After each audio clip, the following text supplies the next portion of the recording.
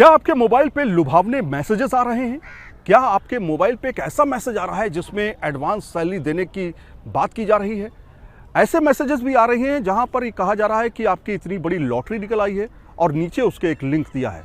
तो सावधान हो जाइए क्योंकि आपका बैंक अकाउंट कहीं ना कहीं खतरे में है। नमस्कार, मैं हूं सैयद आमिर हुसैन और आप देख रहे हैं न्यूज़ नेशन डिजिटल। आज बात होगी आपके बैंक अकाउंट सेफ्टी की और कहीं ना कहीं आज के समय में आपका मोबाइल ही आपका बैंक बन चुका है। यानी आप सुबह से शाम तक यूपीआई के जरिए या फिर अपने बैंक अकाउंट में डायरेक्ट नेट बैंकिंग का इस्तेमाल करते हुए तमाम तरह के ट्रांजैक्शंस जो हैं वो इसी मोबाइल के जरिए करते हैं। तो सावधान रहने की ज़रूरत है। और क्या नया ट्रेंड चला है जालसाजों की तरफ से वो आज हम आपको बताते हैं, उससे बचने के भी उपाय बताएंगे। तो सबसे पहले अब आपको बताते हैं कि आखिर नया ट्रेंड है क्या। दरअसल आजकल आपके मोबाइल पे कई तरह के मैसेजेस आ रहे हैं। एक मैसेज वो आता है जिसमें कहा जाता है कि आपकी जो सैलरी है उसी के बराबर आपको लोन दिया जा रहा है। एक तो ये मैसेज हो गया। एक मैसेज ये आता है कि अब आपकी लॉटरी निकली है इतने लाख रुपए की, दूसरा मैसेज हो गया। तीसरा मैसेज ये कहा जाता है कि आप ऐप डाउनलोड कर लीजिए और उसके बाद आपको कहीं ना कहीं लोन मिलने में आसानी होने वाली है।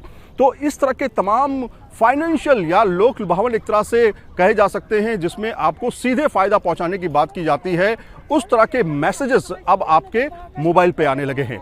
लेकिन आप सावधान हो जाइए क्योंकि इस तरह के मैसेजेस आपको कहीं ना कहीं कंगाल बना सकते हैं। कैसे? दरअसल इस तरह के तमाम ऐप जो कि प्ले स्टोर से डाउनलोड नहीं किए जा सकते हैं वो सीधे आपके मोबाइल को टारगेट करते हैं। आपके मोबाइल पर एसएमएस के द्वारा इन लिंक्स को भेजा जाता है और आप सोचते हैं कि आपकी लॉटरी निकली है या फिर आपको फाइनेंशियल फ़ायदा हुआ है और आप उस लिंक पर क्लिक कर देते हैं। लेकिन जैसे ही आप उस लिंक पर क्लिक करते हैं उसके बाद तमाम तरह के वो क्वेश्चंस पूछने लगता है जिसमें शेयरिंग की बात की जाती है कि ये मैसेजेस और ये अगर आप शेयर करते हैं तो आपको इतने पैसे मिलेंगे, फिर आप अपने दोस्तों के साथ शेयर करेंगे तो इतने पैसे मिलेंगे। फिर आप उससे परेशान होकर के उससे हट जाते हैं। लेकिन अब लिंक के द्वारा ही वो आपके मोबाइल पर एंटर कर चुका है। यानी अब आप कुछ भी कर रहे हैं, यानी एक तरह से मोबाइल आपका हैक हो चुका है। अब आप कुछ भी कर रहे हैं उसको पता चल रहा है। यहाँ तक कि ओटीपी के बारे में भी जानकारी मिल रही है। आप अपने नेट बैंकिंग का इस्तेमाल करने जा रहे हैं उसको जानकारी मिल रही है। आप पासवर्ड डालने जा रहे हैं उसको जानकारी मिल रही है। तो ये तमाम जानकारियां उस तक पहुंच रही हैं क्योंकि आपका मोबाइल पूरी तरीके से हैक हो चुका है।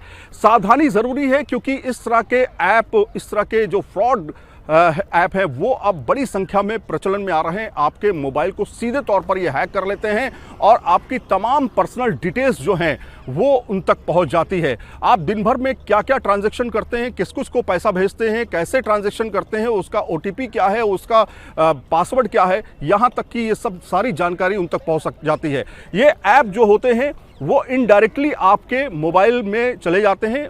कैसे जाते हैं? वो ऐसे कि ये सीधे प्ले स्टोर से नहीं आते बल्कि आपके द्वारा आपके पास भेजे गए जो एसएमएस है उससे आप इसको डाउनलोड करते हैं। इसकी गारंटी प्ले स्टोर बिल्कुल भी नहीं लेता है। इसलिए आपको सावधान रहने की ज़रूरत है। सावधान कैसे रहें? पहला तो ये कि डीएनडी का इस्तेमाल करें, यानी डू नॉट डिस्टर्ब का इस्तेमाल करें। अपने ऑपरेटर से कह दें, जो भी आपका ऑपरेटर, नेटवर्क ऑपरेटर है उससे कह दें कि मुझे इस तरह के जो मैसेजेस हैं वो नहीं चाहिए, तो वो डीएनडी लॉक कर देगा आपके मोबाइल पे, जिससे आपके पास इस तरह के मैसेजेस नहीं जाएंगे। पहला। दूसरा ये कि जिस तरह से फर्जी कॉल आती हैं आपके पास कभी लोन के लिए, कभी तमाम तरह के ऑफर्स के लिए, उसको भी आप बंद करवा दीजिए क्योंकि उसमें भी कभी ना कभी लिंक और तमाम एसएमएस के ज़रिए ऐप को डाउनलोड करने की बात की जाती है, उसको भी बंद करवा दीजिए। साथ में ओटीपी किसी के साथ भी शेयर मत कीजिए। कहीं ना कहीं ओटीपी आपका शेयर होता है तो आपकी वो पर्सनल डिटेल होती है बैंकिंग से जुड़ी हुई। जब आप ट्रांजैक्शन करते हैं तो आपका कहीं ना कहीं उससे बैंकिंग में पैसा, जो आपके अकाउंट में जमा पैसा है, वो लॉस हो सकता है।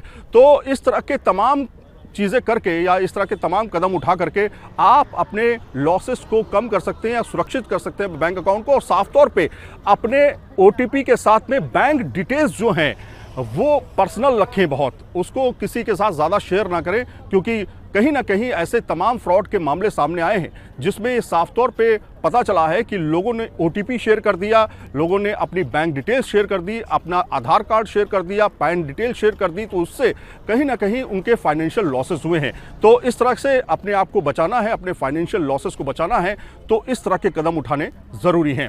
उम्मीद करता हूं कि आपको आज की जानकारी बेहतर लगी होगी और आगे भी जानकारी इस तरह की हम आपको देते रहेंगे ताकि आप सावधान रहें, सतर्क रहें। वीडियो जर्नलिस्ट जैनेद के साथ सैयद आमिर हुसैन, न्यूज़ नेशन, दिल्ली।